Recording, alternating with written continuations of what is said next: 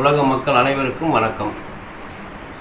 என் குருவின் பாதம் பெற்ற ஐயா சின்னப்ப நாயக்கர் ஆசீர்வாதத்தால் அவருடைய வாக்கால் ஸ்ரீலாஸ்ரீ நாகபத்ரகாளியம்மன் அறக்கட்டளை கோவில் பூசாரியாக நான் இருந்து சில பரிகாரங்களை சொல்லி வருகிறேன். உலக மக்கள் அனைவரும் இதை கேட்டு எளிய பரிகாரங்கள், யாரிடம் ஏமாறாமல், எந்த சாமியாரிடம் போய் ஏமாறாமல் அவரவரே வீட்டில் இருந்தே இந்த பரிகாரங்களை செய்து கொண்டால் எல்லாருக்கும் எந்த விதமான நோய் நொடிகளும் இருக்காது. பேய் இருக்குதா இல்லையா என்று கேட்கிறார்கள். செய்வினை இருக்குதா இல்லை என்று கேட்கிறார்கள். செய்வினை இருக்குது, பேய் பிசாசுகள் இருக்குது. இதுக்கு செய்ய வேண்டிய பரிகாரங்கள், சாமியாரிடங்கள் போய் ஏமாறாமல் 1000 கொடு, 5000 ரூபா கொடு, 10000 ரூபா கொடு, நான் இதை செய்தாரேன் அதை செய்தாரேன் அப்படின்னு சொல்லி நிறைய பேர் ஏமாறுறாங்க. யாரும் ஏமாற வேண்டாம். வீட்டில் இருந்தே எல்லாரும் ஆண்டவனை தரிசனம் செய்து நான் இந்த சில பொருட்களை எல்லாம் எடுத்து செஞ்சு நான் காட்டுறேன். அதே மாதிரி வீட்டிலையே செஞ்சு அதை கொண்டு போய் தலையெல்லாம் சுற்றி கொண்டு போய் முச்சந்தியில் யாருக்கும் பாதிப்பு இல்லாமல் 3 ரோடு உள்ள இடத்துல ஒரு ஓரமாக வச்சுட்டு வந்துட வேண்டும். அப்போ அவங்களுக்கு சரியாக போகிறதுக்கு வாய்ப்பு இருக்குது. இதனால் யாரும் ஏமாற்றங்கள் யாருக்கும் இல்லை. சரிங்க சாமி, இப்போ நீங்கள் இன்றைய தலைப்பு பேய் பிசாசு இருக்கா இல்லையா அப்படிங்கிறது தான் தலைப்பு இல்லைங்களா சாமி? ஆமாம். இந்த பேய் இருக்கு அப்படிங்கிறத எப்படி நம்ம உணர முடியும் சாமி? எப்படி அந்த பேய் இருக்கா இல்லையா, இல்லை ஒரு மனிதனுக்கு பிடிச்சிருக்கு அப்படின்னு சொன்னால் எப்படி நம்ம உணர முடியும்? அதுக்கான அறிகுறிகள் சொல்லுங்கள். பேய் பிடிச்சிருக்கா இல்லையா அப்படின்னு அதனுடைய அறிகுறிகள் என்ன அப்படின்னு சொல்லி கேட்டால், வீட்டில் ஒரு பெண்ணுக்கு ஒரு பேய் பிடிச்சிருக்கு அப்படின்னு சொல்லி சொன்னால் அந்த பெண் தலை சீவாது, குளிக்காது. அப்போது சாப்பாடு நிறைய சாப்பிடும். கணவன் மனைவிக்குள்ளே சண்டை வந்துகிட்டே இருக்கும். இதே பெற்றவங்க இருந்தாங்கன்னா பெற்றவங்களோட சண்டை கட்டிக்கிட்டே இருப்பாங்க. அது ஆணாக இருந்தாலும் சரி, பெண்ணாக இருந்தாலும் சரி. அப்போ அந்த நேரத்தில் இந்த பொண்ணுக்கு ஏதோ தீய சக்தி இருக்குது. இந்த தீய சக்தி நம்ம வெளியே ஓட்டணும் அப்படிங்கிற நோக்கத்தில் இந்த சில பொருட்களை எல்லாம் எடுத்து நீங்கள் முச்சந்தில ஒன்றி செய்து வச்சு தாண்டி வச்சு போட்டு வந்துட்டா அந்த பொண்ணுக்கு சரியாக போயிடும். சரிங்க சாமி, இப்போ நீங்கள் என்ன சொல்லியிருக்கீங்கன்னா, பேய் பிடிச்சிருந்தது அப்படின்னு சொன்னால் அந்த பொண்ணு தலை வாராது, தலை செய்வாதுன்னு சொல்லியிருக்கீங்க. அதிகமாக சாப்பிடுவோம்னு சொல்லியிருக்கீங்க. ஆமாம். குளிக்காது அப்படின்னு சொல்லுங்க. பெற்றோரோட சண்டை போடுன்னு சொல்லியிருக்கீங்க. ஆமாம். அதே சமயத்தில் அவள் கோவிலுக்கெல்லாம் போகுமா, கோவிலுக்கு வருமா, திருநீர் இட்டுக்குமா, அந்த மாதிரி செய்யுமா? பேய்களில் ஒவ்வொரு வித்தியாசமான பேய்கள் நிறையா இருக்குது. கோயிலுக்கு வர்ற பேயும் இருக்குது, சாமி கண்டாவே பேய் ஒதுங்குற பேயும் இருக்குது. கோயில் விட்டு சாமி கோயிலிருந்து இந்த பக்கம் மேடேறி மாட்டாலும் அதே பேய் அந்த உடம்புல போய் சாடுறதுக்கும் இருக்குது.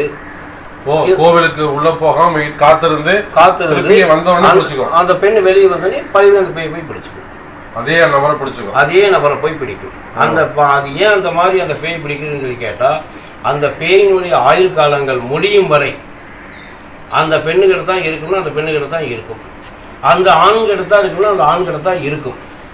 இது ஆணுக்கும் பிடிக்கும், பெண்ணுக்கும் பிடிக்கும், எல்லாத்துலேயுமே பிடிக்கும். அதிகமாக புதுசாக திருமணமானவங்க இந்த மல்லிகைப்பூ வச்சு வண்டியில் போகிறது, நேரம் கட்ட நேரத்தில் போகிறது, தேவையில்லாமல் ஏதாவது ஒரு செய்வனை செஞ்சு வச்சுருக்கிறத பார்க்கறது, இந்த மல்லிகைப்பூ வாசங்கள் அந்த மனத்துக்கே இந்த பேயப்பட்ட சாரி வரும். சரிங்க சாமி, இப்போ அந்த கன்னியா பசங்கள், வயசுக்கு வந்த பசங்க, அந்த பசங்களுக்கு நிறைய நம்ம அந்த மாதிரி பாதிப்பு பார்க்குறோம். அப்போ அந்த கன்னி பெண்களுக்கு கன்னி பெண்களுக்கு எந்த மாதிரியான பேய்கள் பிடிக்கும்? கன்னி பெண்களுக்கு வயசு வித்தியாசம்லாம் கிடையாது. யார் மேலே ஆசைப்பட்டு அந்த பேய் பிடிக்குதோ அவங்க மேலே பிடிச்சிக்கும். அதுக்காக பேய் பிடிச்சி உயிரை கொண்டுட்டு போகுது அப்படிங்கிறதெல்லாம் பொய். அவங்களுக்கு உயிருள்ள வரைக்கும் நான் விட்டு விலக மாட்டேன் அப்படின்னு சொல்லி அந்த பேய் பிடிச்சிக்கும்.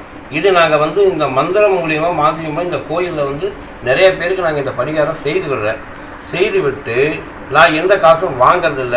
இதை ஏன் அங்கேருந்து செலவு பண்ணிட்டு வராங்க? நான் 500 கிலோமீட்டர்லேருந்து வந்தேன், 400 கிலோமீட்டர்லேருந்து வந்தேன் சாமி, அப்படின்னு சொல்லி வர்றாங்க. அதெல்லாம் வேண்டவே வேண்டாம். அவங்க வீட்டில் உட்காந்து இந்த பரிகாரங்களை செய்து அதை முச்சந்தில் கொண்டு போட்டாலே அவங்களுக்கு அந்த பேய் விலகிடும்.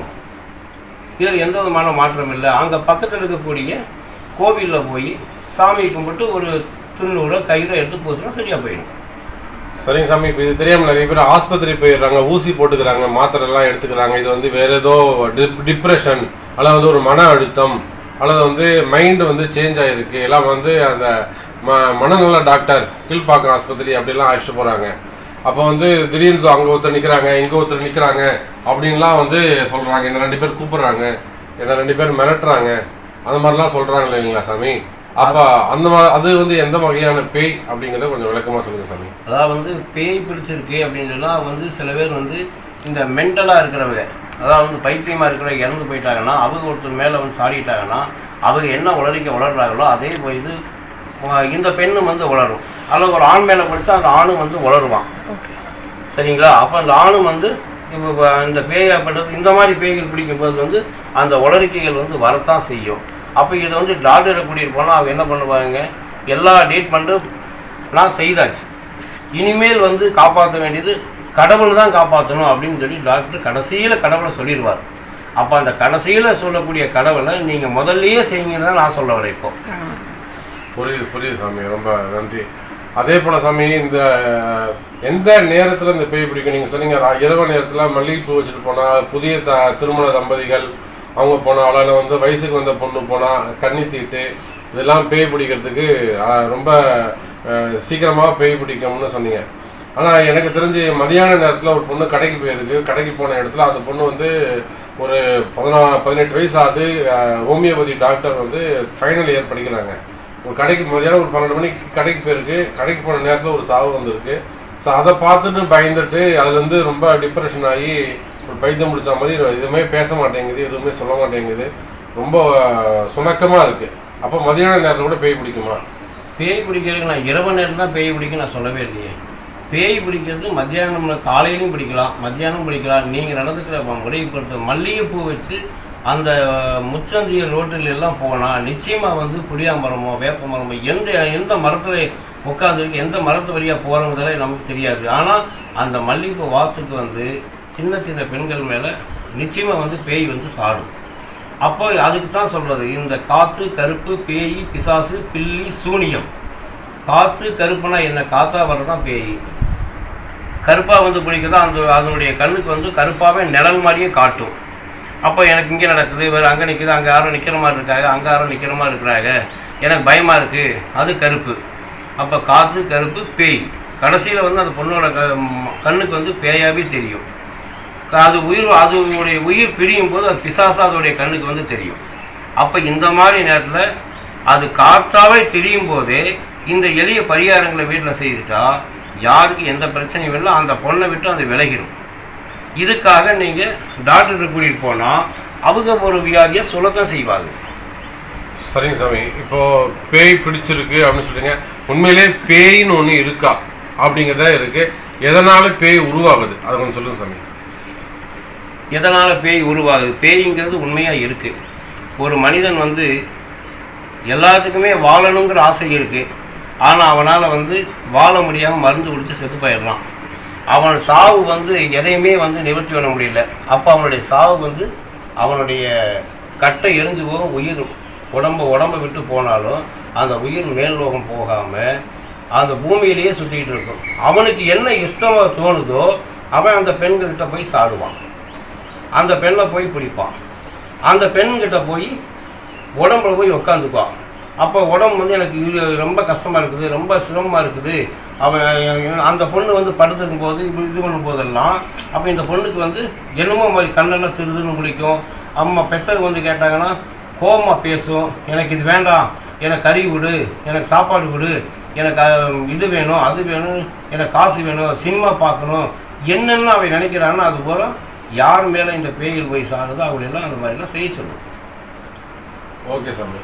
இப்போ இன்னொரு சந்தேகம் எனக்குன்னு இல்லை, பொதுவாக மக்கள் எல்லாருக்கும் ஒரு சந்தேகம் என்னன்னு கேட்டிங்கன்னா, இப்போ நீங்கள் ஒரு வார்த்தை சொன்னீங்க, ஒருத்தர் மேல பேய் பிடிச்சதுன்னு சொன்னாக்கா அதன் பேயுடைய ஆயுள் காலம் முடியும் வரையில் அந்த மனிதனுடைய ஆயுள் காலம் முடியவர்களும் உடம்புல இருந்து என்னைக்கு பேய்க்கு ஆயுள் காலம் முடியுதோ அந்த பையன் அந்த நபரையும் சேர்த்து கூட்டு போயிடும் அப்படின்னு சொல்லிட்டு சொல்றீங்க. அப்படி ஒருவேளை அந்த நபர் இறந்து போயிட்டாருன்னு சொன்னா அதுக்கப்புறம் இந்த இறந்த நபருடைய ஜீவன் ஆவை என்ன பண்ணும், இந்த ஆவை என்ன ஆகும்? அப்ப அவங்களுக்கு கர்மா எல்லாம் செஞ்சா போய் ஏர்வை ஆகுமா? அதுக்கு என்ன பிராயச்சித்தம் பண்ணணும்? அதுக்கு என்ன பிராயச்சித்தம் பண்ணணும்? இப்போ இறந்து போன ஒரு உடம்பு வந்து ஒரு பேய் வந்து சாக வைக்குது. அந்த பேய் வந்து சாக வச்சாச்சுன்னா அந்த பேய் விலகிடும். ஆனால் இறந்து போன உடம்புக்கு என்ன பண்ணணும்? ஏதாவது ஒரு பெரிய ஆலயங்களில் போய் ஒரு பிராமணரை வச்சு அதுக்குன்னு ஒரு ஹோமங்கள் செய்து அந்த ஆவிகள் வந்து வராத அளவுக்கு 4 பக்கமும் திசைகளை கட்டிக்கிட்டா பொதுவாக வந்து அந்த மாதிரி ஆவிகள் வந்து வராது. இது எனக்கு தெரிஞ்சு நான் பண்ணியிருக்கிறேன், நடந்துருக்கணும்.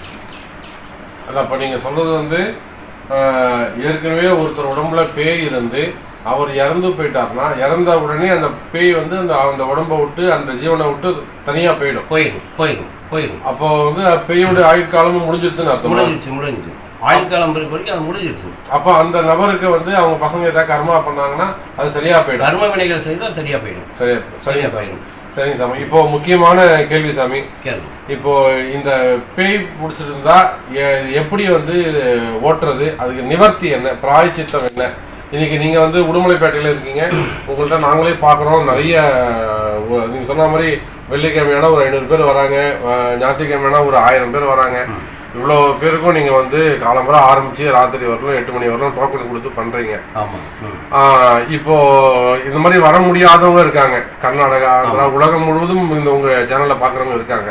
ஆமா. அப்ப அவங்களுக்கு வந்து நீங்க என்ன சொல்ல விரும்புறீங்க? அவங்க எப்படி காப்பாத்திக்கலாம்? அதனாலதான் நான் என்ன சொல்ல வரேன்னு சொல்லி கேட்டீங்கன்னா, இப்ப நான் வந்து செய்து காட்டுறேன். இதை எல்லா மக்களுமே வந்து இதை வந்து நீங்க வீட்டுகளில் வந்து இதை செஞ்சு இந்த மாதிரி எல்லாம் ஒரு பொம்மை ஒன்று செஞ்சு அதை கொண்டு போய் தலையை சுற்றி தலைமையில முரத்தை எடுத்து தலைமையில வச்சு கொண்டு போய் முச்சந்தியில் போட்டு வச்சிங்கன்னா அதுவே போதும். அதுலேருந்து அதில் நிவர்த்தி ஆயிடும், அது ஓடிடும். வணக்கம் எல்லாருக்கும் வணக்கம். என் குருவின் பாதம் பெற்ற ஐயா சின்னப்ப நாயக்கர் எனக்கு கற்றுக் கொடுத்த வித்தையிலிருந்து நான் ஸ்ரீ நாகபத்ரகாளி அம்மன் கோவில் பூசாரியாக பணிபுரிந்து என்னிடம் வர வேண்டிய மக்கள் அனைவருக்கும் நான் சொல்ல வேண்டிய ஒரே ஒரு கருத்து. போன பதிவில் பேய் இருக்கா இல்லையா என்று போன பதிவில் நான் பேசினேன். இப்போது அந்த பதிவில் பேய்க்கு செய்ய வேண்டிய எளிய பரிகாரங்கள், அதாவது வந்து அவங்களுக்கு வர முடியாத காரணத்தினால் எனக்கு ஃபோன் மேல் ஃபோன் செய்து மலேசியா, சிங்கப்பூர்லாம் எனக்கு ஃபோன் பண்ணுறாங்க. அவங்க எல்லாத்துக்கும் நான் சொல்ல வேண்டிய ஒரே ஒரு பரிகாரம் என்ன அப்படின்னு சொல்லி கேட்டால், அரிசி மாவு எடுத்துக்கணும். இந்த அரிசி மாவை ஒரு அளவாக சப்பாத்தி மாதிரி பிணைஞ்சு இந்த அரிசி மாவில் இதை பிணைஞ்சு இதை வந்து இப்படி இந்த மாவை வந்து பிணைஞ்சு இப்படி உருட்டி இந்த மாதிரி ஒரு பொம்மை ஒன்று செய்யுங்க. இந்த மாதிரி ஒரு பொம்மை ஒன்று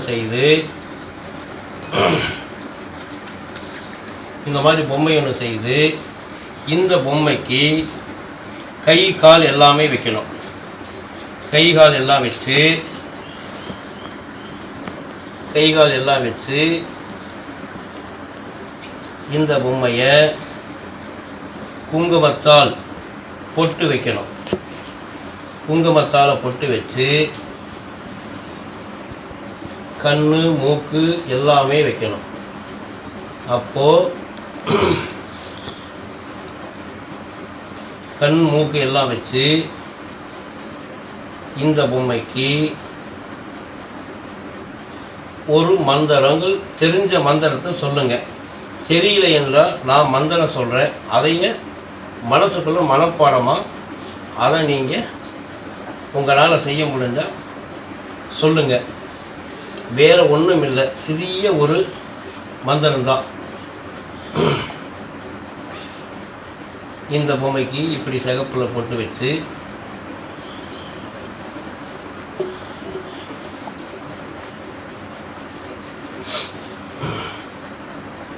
சிகப்பில் இப்படி போட்டு வச்சு இந்த பொம்மையை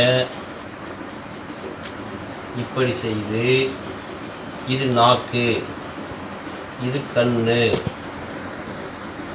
இது நெத்தி. இந்த எலுமிச்சம்பழத்தை எடுத்து இப்போ நான் செய்து வச்ச பொம்மைக்கு பக்கத்தில் வைக்கணும். வைக்கும்போது யாருக்கு இந்த பேய் பிடிச்சிருக்கோ இந்த பழத்தில் வந்து அந்த பேரை வந்து எழுதி இந்த பொம்மையினுடைய காலடியில் இப்படி வைக்கணும். எலுமிச்சம்பழத்தில் எப்படி சாமி பேர் எழுத முடியும்? ஒரு பேப்பரில் சொல்லி எழுதி வச்சணுமா? பேப்பரில் இல்லை, அந்த லெமன்லேயே பேர் வந்து எழுதலாம். அதாவது வந்து எழுதும், அது ஒரு மார்க்கர் இருக்குது.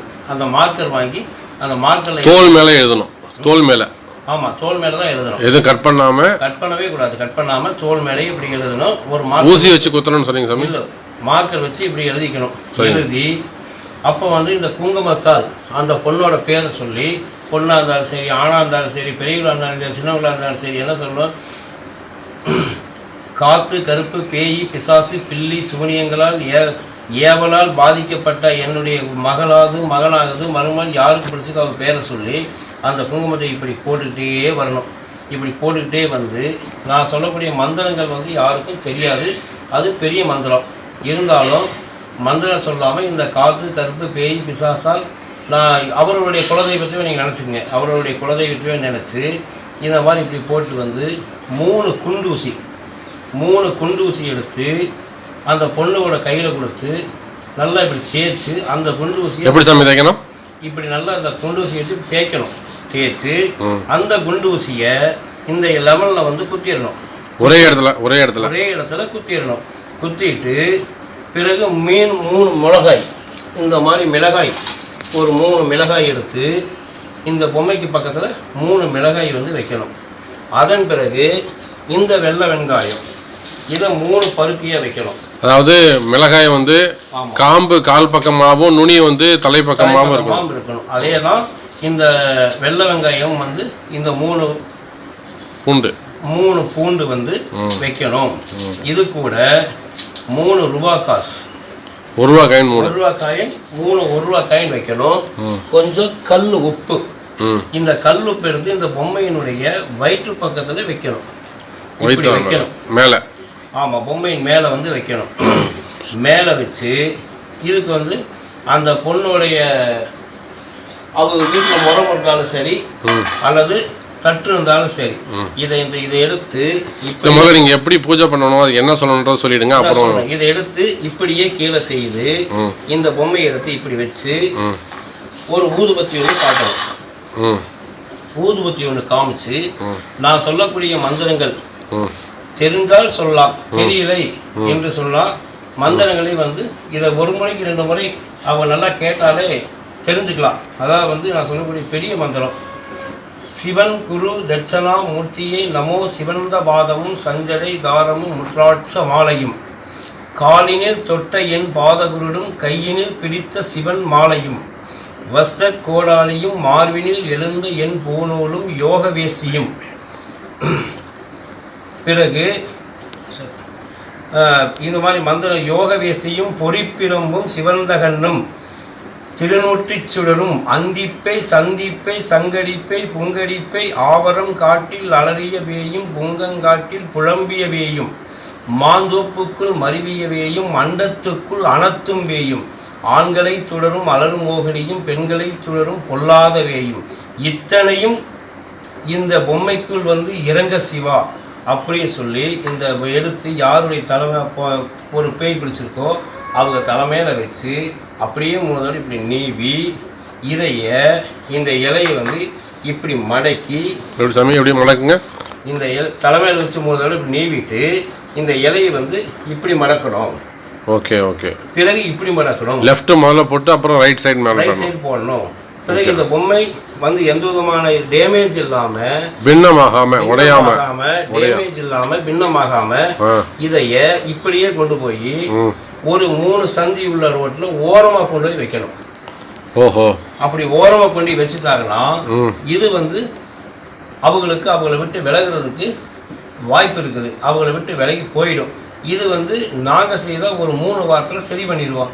இது அவரவர் வீட்டில் செய்கிறதுனால ஒரு 5 வாரம் வரைக்குமே இதை மறக்காமல் எல்லாரும் செய்யுங்க. எல்லாரும் நீங்கள் நல்லா இருக்கணுங்கிறதுக்காக இந்த எளிய பரிகாரத்தை நான் உங்களுக்கு சொல்லிட்டேன். இந்த மாதிரி சொல்லி எந்த சாமியார் காசு நான் கேட்டாலும் யாரும் எதுவும் கொடுக்க வேண்டாம். எல்லாரும் மக்கள் தான், எல்லாரும் கற்றுக்கலாம். எல்லாத்துக்கும் ஆண்டவன் துணை இருக்கார். எல்லாத்துக்கும் ஆண்டவன் வந்து அருள் புரிவார். நிச்சயமாக அவரோட குலதெய்வத்தை நினச்சி நிச்சயமாக பண்ணுங்க. அதுக்கு தேவையானது வந்து ரீகேப் சொல்லுங்க சாமி. அதுக்கு தேவையான பொருட்கள் தான் அரிசி மாவு உருண்டை பிடிச்சிக்கணும். அரிசி மாவு அது முறையாக சொல்லிடுங்க. உருண்டை பிடிச்சு அது முறையாக செய்யணும். வரமிளகாய், குங்குமம், எலுமிச்சம்பழம், ஒரு மார்க்கர் பென்சில், கல் உப்பு, 3 ரூபாய் காசு, இதுதான் அதுக்கு வந்து கொள்முதலே. இதை வச்சு காயின் வந்து கீழே வைக்கணும். எலுமிச்சம்பழத்துக்கு கீழே வைக்கணும். எலுமிச்சம்பழம் கீழே வைக்கணும்.